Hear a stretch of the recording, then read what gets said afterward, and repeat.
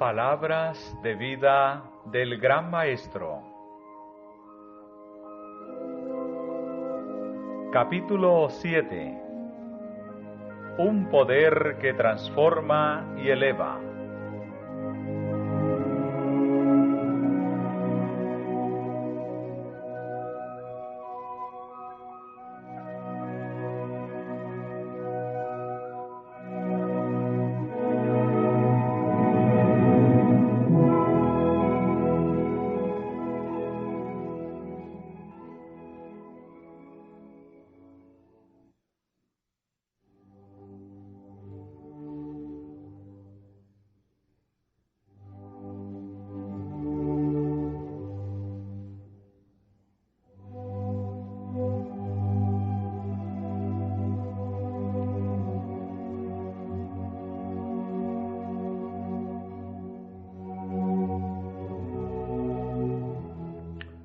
Muchos hombres educados y de influencia habían venido a oír al profeta de Galilea.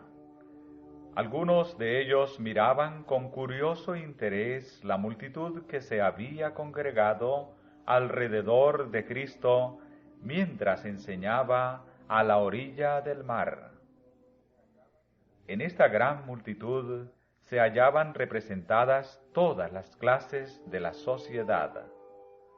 Allí estaban el pobre, el analfabeto, el andrajoso pordiosero, el ladrón que llevaba impreso en su rostro el sello de la culpa, el lisiado, el disoluto, el comerciante y el que no necesitaba trabajar, el encumbrado y el humilde, el rico y el pobre, estrechándose unos contra otros por encontrar un lugar donde estar y escuchar las palabras de Cristo.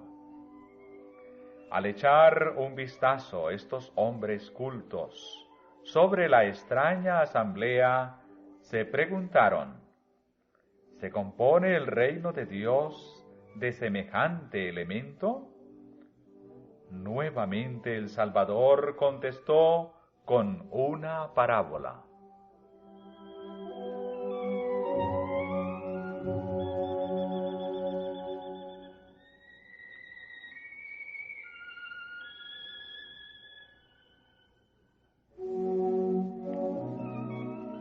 El reino de los cielos es semejante a la levadura que tomó una mujer y escondió en 3 medidas de harina, hasta que todo quedó leudo.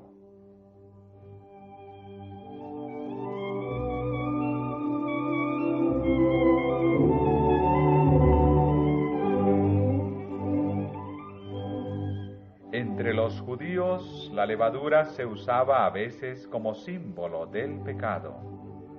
Al tiempo de la Pascua, el pueblo era inducido a quitar toda levadura de su casa, así como debía quitar el pecado del corazón. Cristo amonestó a sus discípulos: guardaos de la levadura de los fariseos, que es hipocresía. Y el apóstol Pablo habla de la levadura de malicia y de maldad. Pero en la parábola del Salvador, la levadura se usa para representar el reino de los cielos. Ilustra el poder vivificante y asimilador de la gracia de Dios.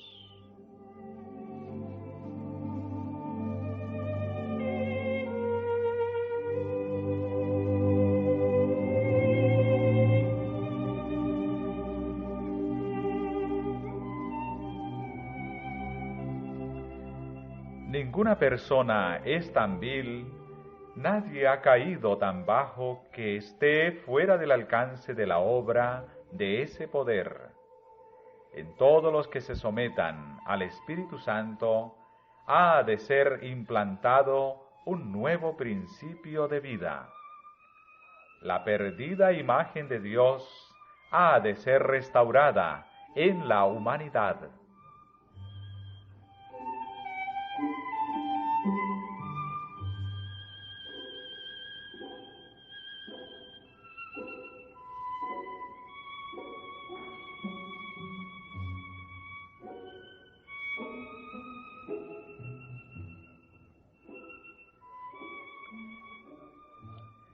Pero el hombre no puede transformarse a sí mismo por el ejercicio de su voluntad.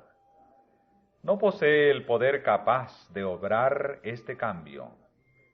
La levadura, algo completamente externo, debe ser colocada dentro de la harina antes que el cambio deseado pueda operarse en la misma. Así, la gracia de Dios debe ser recibida por el pecador antes que pueda ser hecho acto para el reino de gloria. Toda la cultura y la educación que el mundo puede dar no podrán convertir a una criatura degradada por el pecado en un hijo del cielo. La energía renovadora debe venir de Dios. El cambio puede ser efectuado solo por el Espíritu Santo. Todos los que quieran ser salvos, sean encumbrados o humildes, ricos o pobres, deben someterse a la operación de este poder.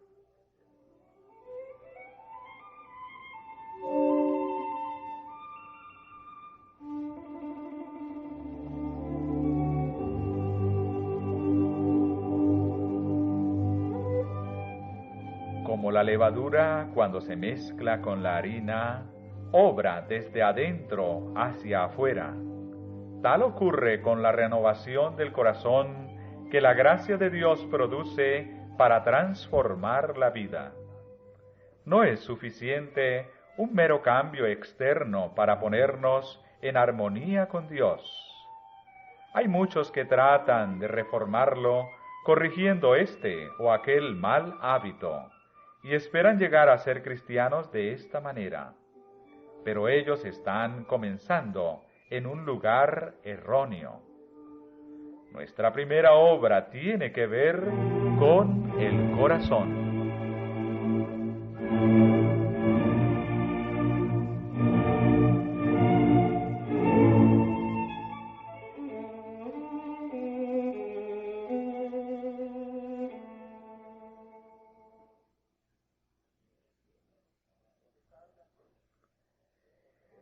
El profesar la fe y el poseer la verdad en el alma son dos cosas diferentes. El mero conocimiento de la verdad no es suficiente. Podemos poseer ese conocimiento, pero el tenor de nuestros pensamientos puede seguir siendo el mismo. El corazón debe ser convertido y santificado.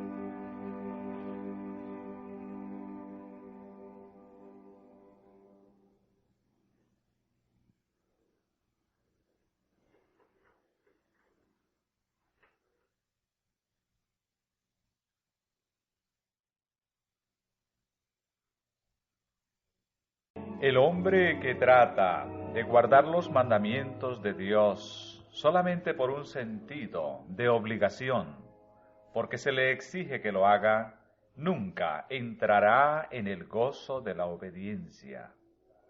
Él no obedece. Cuando los requerimientos de Dios son considerados como una carga porque se oponen a la inclinación humana, podemos saber que la vida no es una vida cristiana. La verdadera obediencia es el resultado de la obra efectuada por un principio implantado dentro. nace del amor a la justicia, el amor a la ley de Dios. La esencia de toda justicia es la lealtad a nuestro Redentor. Esto nos inducirá a hacer lo bueno porque es bueno, porque el hacer el bien agrada a Dios.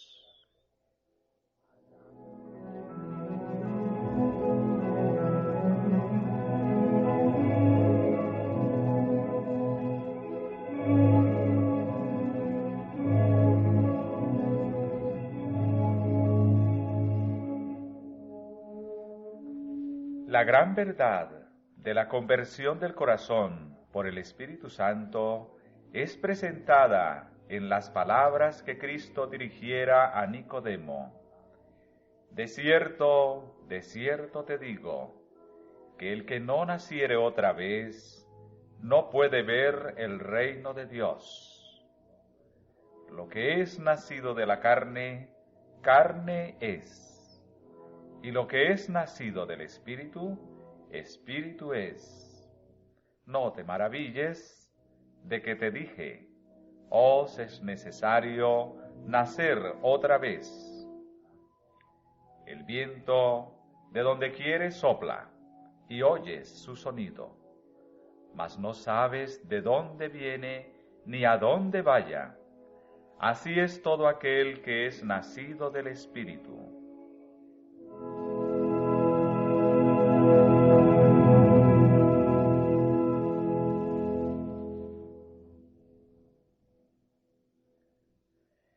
El apóstol Pablo, escribiendo por la inspiración del Espíritu Santo, dice: Dios, que es rico en misericordia, por su mucho amor con que nos amó, aun estando nosotros muertos en pecados, nos dio vida juntamente con Cristo.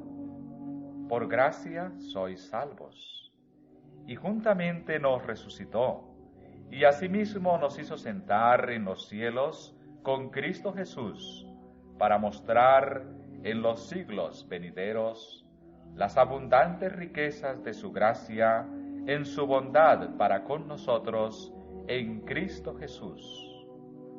Porque por gracia sois salvos por la fe. Y esto no de vosotros, pues es don de Dios.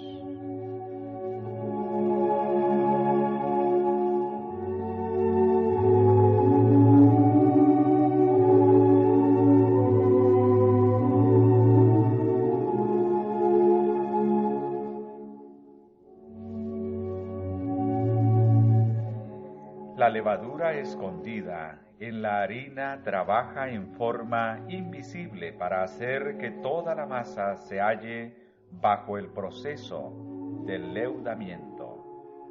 Así la levadura de la verdad trabaja secreta, silenciosa, invariablemente para transformar el alma. Las inclinaciones naturales son mitigadas y sometidas. Nuevos pensamientos, nuevos sentimientos, nuevos motivos son implantados. Se traza una nueva norma del carácter, la vida de Cristo. La mente es cambiada. Las facultades son despertadas para obrar en nuevas direcciones. El hombre no es dotado de nuevas facultades, sino que las facultades que tiene son santificadas. La conciencia se despierta. Somos dotados de rasgos de carácter que nos capacitan para servir a Dios.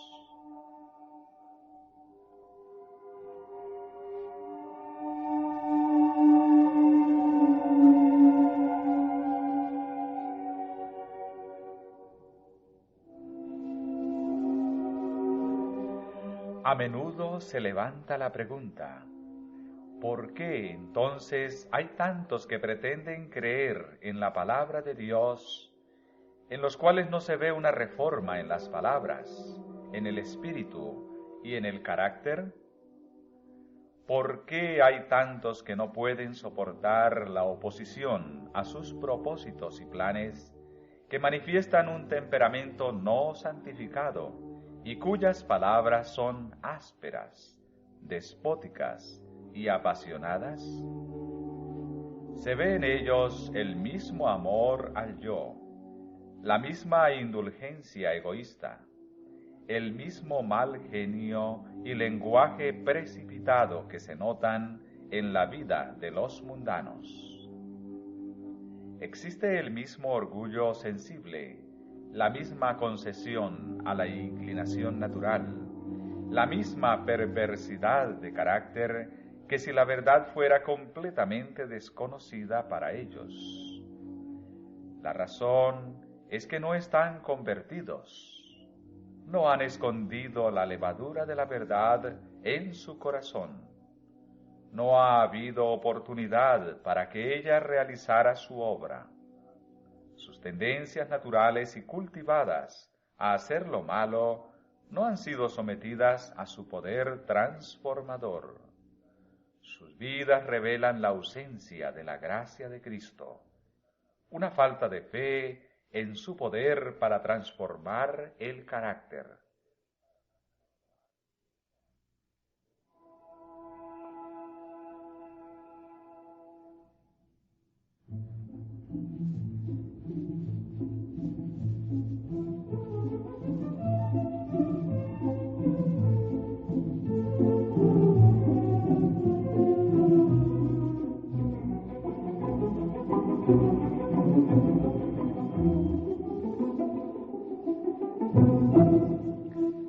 La fe es por el oír, y el oír por la palabra de Dios.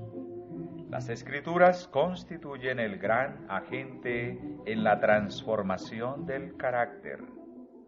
Cristo oró: santifícalos en tu verdad. Tu palabra es verdad. Si se la estudia y obedece, la palabra de Dios obra en el corazón, subyugando todo atributo no santificado. El Espíritu Santo viene a convencer del pecado, y la fe que nace en el corazón obra por amor a Cristo, y nos conforma en cuerpo, alma y espíritu a su propia imagen. Entonces Dios puede usarnos para hacer su voluntad. El poder que se nos da obra desde adentro hacia afuera, induciéndonos a comunicar a otros la verdad que nos ha sido transmitida.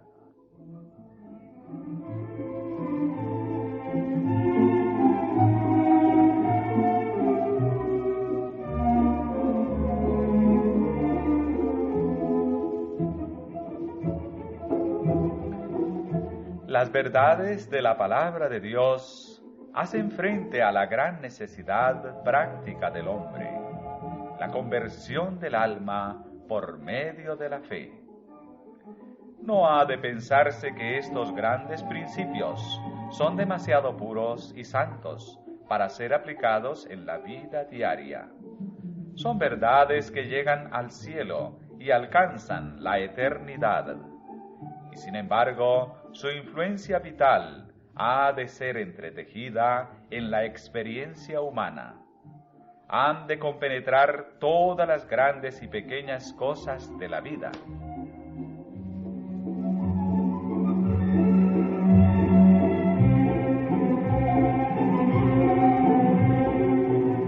Recibida en el corazón, la levadura de la verdad regulará los deseos, purificará los pensamientos, dulcificará la disposición, aviva las facultades de la mente y las energías del alma, aumenta la capacidad de sentir, de amar.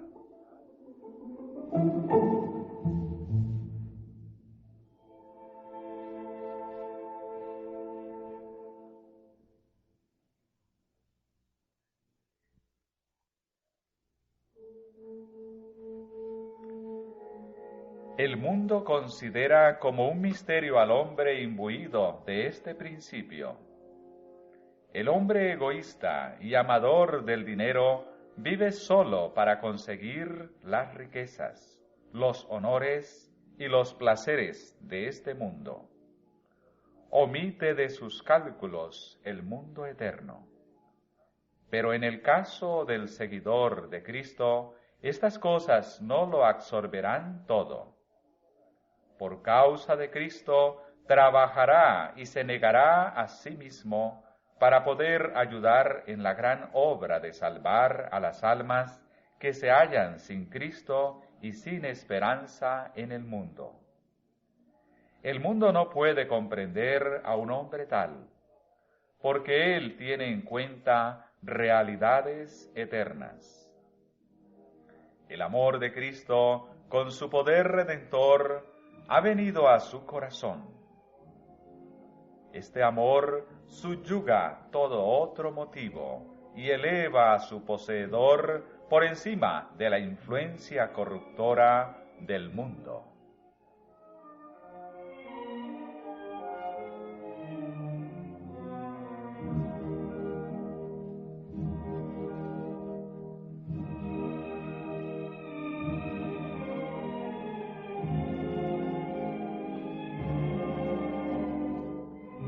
La palabra de Dios ha de tener un efecto santificador en nuestra relación con cada miembro de la familia humana.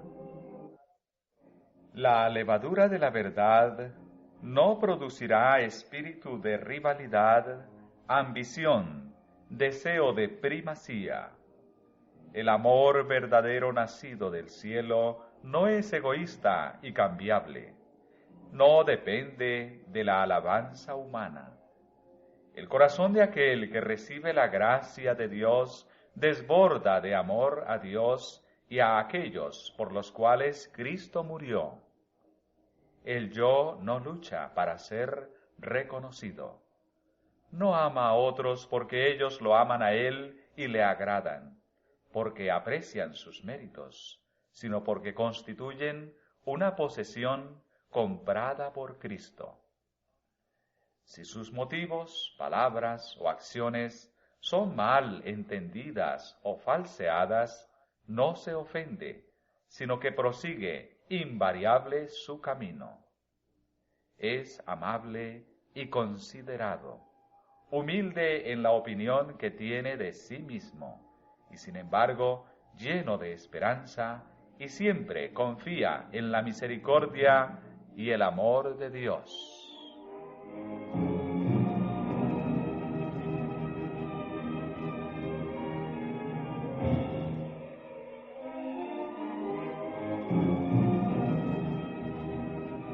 El apóstol nos exhorta: conforme es santo aquel que nos ha llamado, sed también vosotros santos en toda vuestra manera de vivir, porque está escrito: habéis de ser santos, porque yo soy santo. La gracia de Cristo ha de dominar el genio y la voz. Su obra se revelará en la cortesía y la tierna consideración mostradas por el hermano hacia el hermano, con palabras bondadosas y alentadoras. Existe una presencia angelical en el hogar. La vida despide un dulce perfume que asciende a Dios como sagrado incienso. El amor se manifiesta en la bondad, la gentileza, la tolerancia y la longanimidad.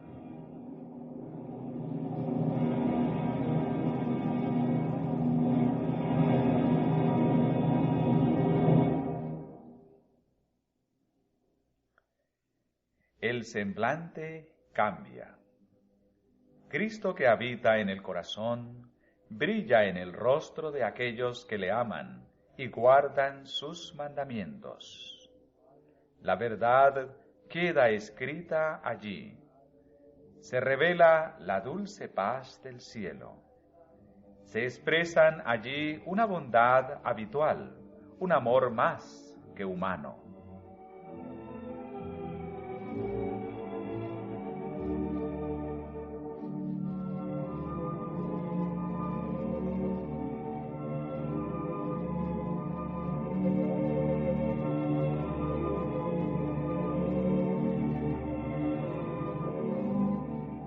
La levadura de la verdad efectúa un cambio en todo el hombre, convirtiendo al rústico en refinado, al áspero en amable, al egoísta en generoso. Por su medio el impuro queda limpio, lavado en la sangre del Cordero. Por medio de su poder vivificante, hace que la totalidad de la mente, el alma y las fuerzas quede en armonía con la vida divina. El hombre con su naturaleza humana llega a ser partícipe de la divinidad. Cristo es honrado con la excelencia y la perfección del carácter. Y mientras se efectúan estos cambios, los ángeles rompen en himnos arrobadores, y Dios y Cristo se regocijan sobre las almas transformadas a la semejanza divina.